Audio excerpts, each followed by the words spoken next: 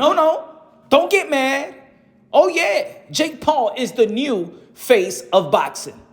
Now, I know some of y'all just listening right now and saying, oh, what is he talking about? No, he not. No, he not. No. Don't try to debate it. Don't try to deny it. Ladies and gentlemen, I know that this is going to be a difficult content for y'all to listen to because I'm going to tell you like this. The three fighters that I'm going to hold responsible and accountable for why the sport of boxing is where it is today in reference to people saying that the sport of boxing is just a niche sport. The sport of boxing is dying. The sport of boxing is in life support. The sport of boxing may be on life support, but boxing entertainment is not.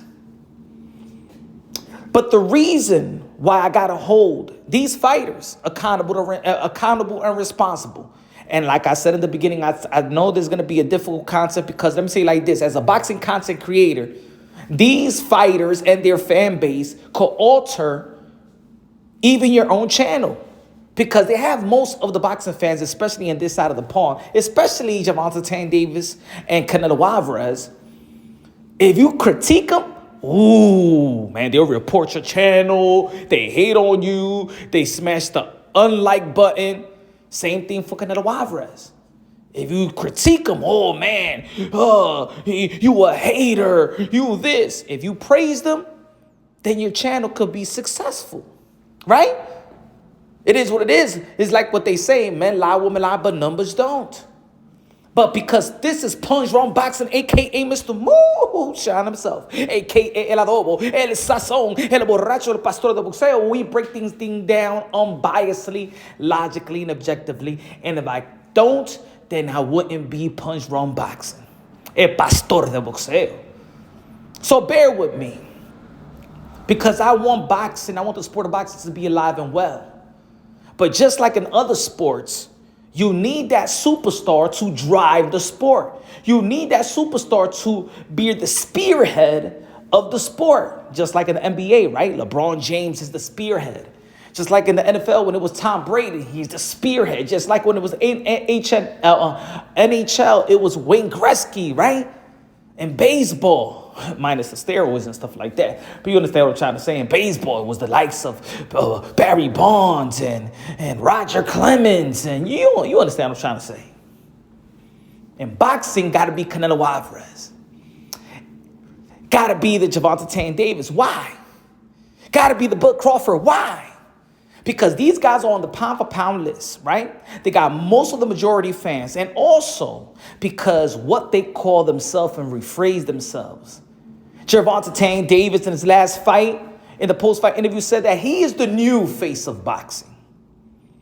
Terence Bud Crawford, after the Earl Spence fight, says that this is the Bud Crawford era.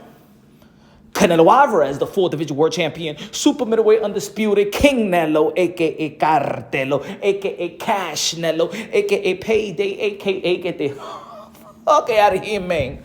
Puts a crown over his head because he revealed himself as the king of boxing. El rey de boxeo. And if the sport of boxing is in its life support, if the sport of boxing is dying, si el boxeo se está muriendo, el deporte de boxeo se está muriendo, then my beautiful people, then they have to take the majority of the responsibility and accountability for the state of where boxing is at today, the sport of boxing. But when you have Jake Paul, and of course with the help of Mike Tyson at 58 years old. And there's people that was criticizing, oh man, why Mike Tyson is fighting at 58? He's fighting an old man. If it needs to take Mike Tyson at the age of 58 years old and for a quote-unquote YouTuber, and we're going to be talking about this YouTube thing because I don't understand why people look at you, oh, he's a YouTuber, like you trying to downplay a Jake Paul. And not only when you say that, you trying to downplay us. I'm talking about the boxing content creators, the independent media that have their YouTube channel, which elevates and keep the conversation of sports 24/7. But we're gonna be talking a little bit more about that. But Jake Paul, neither Jake Paul, quote unquote, the YouTuber, the Disney kid, and Mike Tyson to bring in 65 million views on Netflix. Bringing Netflix into the sport of boxing. That's huge in itself. 65 million views, that's huge in itself. And the Cowboy Stadium, AT&T Arena, Dallas, Texas, 70K plus in attendance to view Jake Paul, and Mike Tyson. Now, ladies and gentlemen, this was the most valuable promotions. So most valuable promotions, Jake Paul was flipping the bill.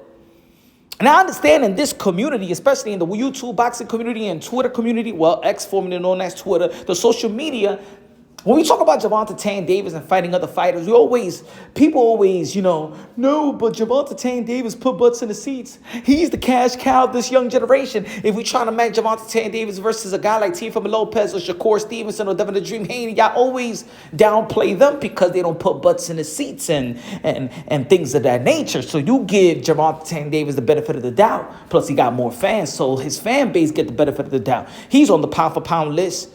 On top of these guys. And he's done less. Terence Crawford, the 4th Division World Champion, 2 Division Undisputed. We want to see Bud Crawford fight the likes of, what about Boots? But Bud Crawford says, nah. Gervonta Davis, can you fight Teofimo Lopez? Can you fight Shakur Stevenson? Nah.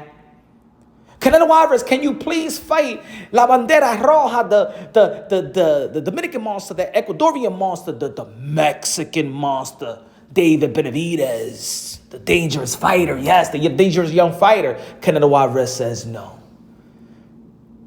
When we ask these guys, as the high invested fighters, and the guys that got the most fan base, and the guys that get practically the most respect, we asked them to give us something to elevate the sport of boxing or sustain the momentum of boxing when it's doing good. We asked them, can you please fight this fight to bring the good fight, to bring that type of attention, to sustain the eyeballs, to captivate the imagination, the emotions of the boxing fans? But they say no when they stick their middle finger out on us.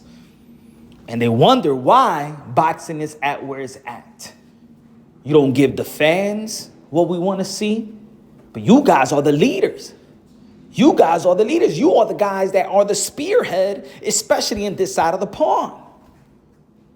You don't give us what we want to see. Bud Crawford thought that Earl Spence is just enough. That's it. I can do whatever I want to do. I got the Earl Spence fight. I got the fight that I want to do. But to be the face of boxing and to be the Bud Crawford era, you got responsibilities. You got responsibility for the sport. But I could see that it don't matter. Yes, and Canelo Alvarez has done so much great things in the sport of boxing. But when you're the king, el rey de boxeo, boxing depends on you. Just like the jungle, the palace, the certain nations, they got kings, they depend on el rey. Can you imagine the Lion King and Mufasa don't want to do his job? You remember the movie about the Lion King. You remember Remember Scar, the brother, when Mufasa died? And Scar didn't want to do his job as a king. And you saw how the jungle looked like. They were starving. The lioness and the lions were starving. There was no more food. You remember? You remember the Lion King? I know you got children. You remember the Lion King? That's where boxing is at today. When Scar was the king. And we need a Simba, right? Boxing needs a Simba. Guess what? That's Jake Paul. That's Jake Paul. Jake Paul has gotten the world of boxing, even when the world of boxing seems to complain, quote unquote, but you can't keep your eyes off him. And it's not only that. If you don't like Jake Paul, you think that Jake Paul versus Mike Tyson or any other fighter that he's fought has been some type of circus. What about the undercard? What about the opportunity that he's given other fighters that other promotional company wouldn't give the opportunity? What about the opportunity that he gave one of the greatest warriors that we ever witnessed in Amanda Serrano? You remember without Jake Paul, Amanda Serrano was going to be fighting Katie Taylor in the backyard of Eddie Hearn's mansion. as a co-main to a non-title heavyweight bout, two non-elite heavyweights in Povetkin versus Dillian White.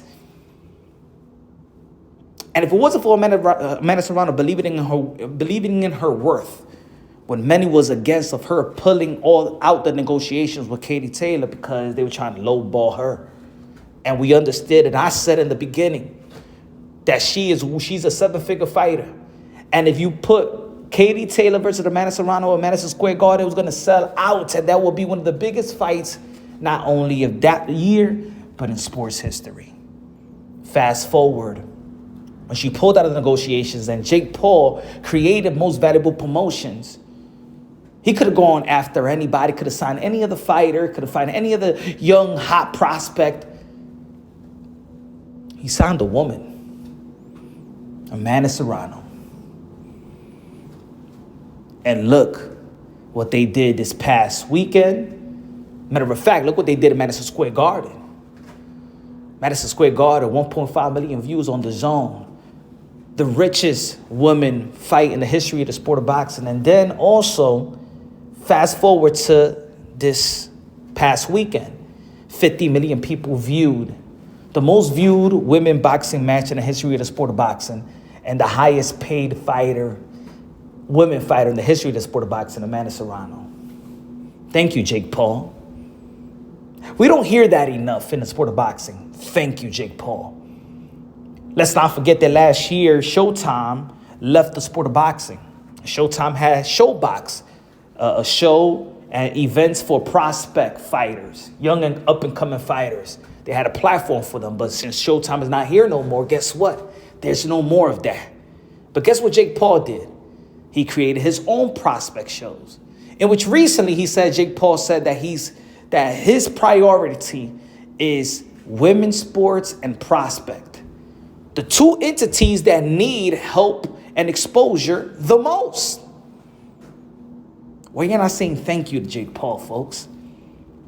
See, Jake Paul has done more for boxing and for others than these three put together. Tell me, who is Canelo Alvarez fighter?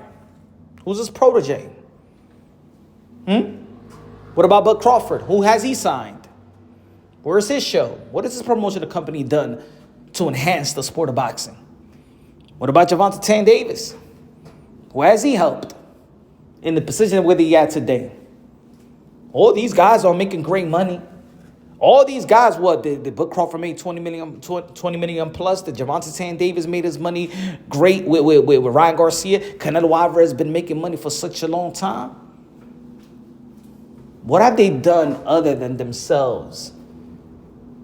Because even Oscar De La Hoya, when he had Golden Boy Promotions, he had fighters and he was still helping people out. To this day, Oscar De La Hoya has been helping people out. He's been enhancing the sport of boxing, enhancing his career. It's more than just about him. Jake Paul at the age of 27 is doing more than these guys that are older than him. Because Tank is older, Bud is older, and even Canelo Alvarez is older. Jake Paul, for the future of boxing and the progressing of the sport of boxing, or let's call it boxing entertainment, Jake Paul is more important than Bud, Tank, and Canelo. And as we always look into the future, guess who should be the spearhead of the sport of boxing? Jake Paul. Now, I think all these guys have capability, especially Canelo Alvarez. I think he got capability, and maybe he's leaving it to Eddie Reynoso and Canelo Promotions to get some fighters. I know that Eddie Reynoso got some fighters. And I know that Canelo Alvarez has done enough in the sport of boxing. And look, they have the right, especially Canelo Alvarez, to call his shots. I think Bud Crawford could do more. But as Jake Paul is needed in the sport of boxing. He's practically now the messiah in the sport of boxing. A sport of boxing that has been dying, that's been on life support, that's become a highly niche sport. But with Jake Paul in the sport of boxing, he beat any sport on that night outside of the Super Bowl. Outside of the Super Bowl, If Jake Paul decides to fight Conor McGregor and puts the trilogy of Katie Taylor and Amanda Serrano and put a decent undercard, you know what I'm saying? You put that event up against any event in sports in America outside of the Super Bowl, because I think that Super Bowl is like is untouched, right? You put them up against a final, game 1 of an NBA final. You put them up at game 1, game 2, game 5 in the baseball World Series, World Stanley Cup, anything. Jake Paul versus a Conor McGregor, and the trilogy between Amanda Serrano versus Katie Taylor will be in the forefront of the sports industry. Thus, that boxing, in the end of the day, has this type of appeal and this interest that if you put up a great event or put up a great fight, it stops everything else. If Gervonta Davis, you grow the balls and the testicular fortitude to dare to be great and fight like a guy like Teofimo Lopez or Shakur Stevenson in the 135-pound division, you uplift the sport and you give the people what they want to see, and you give yourself a legacy to stand on with a victory. But Crawford, if it's your era, why is your era dying? Still, you got work to do. At your age, Floyd Mayweather secured the richest contract in the history of the sport of boxing at the time. At your age, 36. So there's no excuse. Canelo Alvarez, you're good enough, strong enough, experienced enough, and your chin is the greatest that we ever seen in the sport of boxing to fight David Benavidez. You got nobody else to fight. Make it happen. Yeah, at the end of the day, Jake Paul will reign supreme as the face of boxing because he got a plan that's better than anybody else.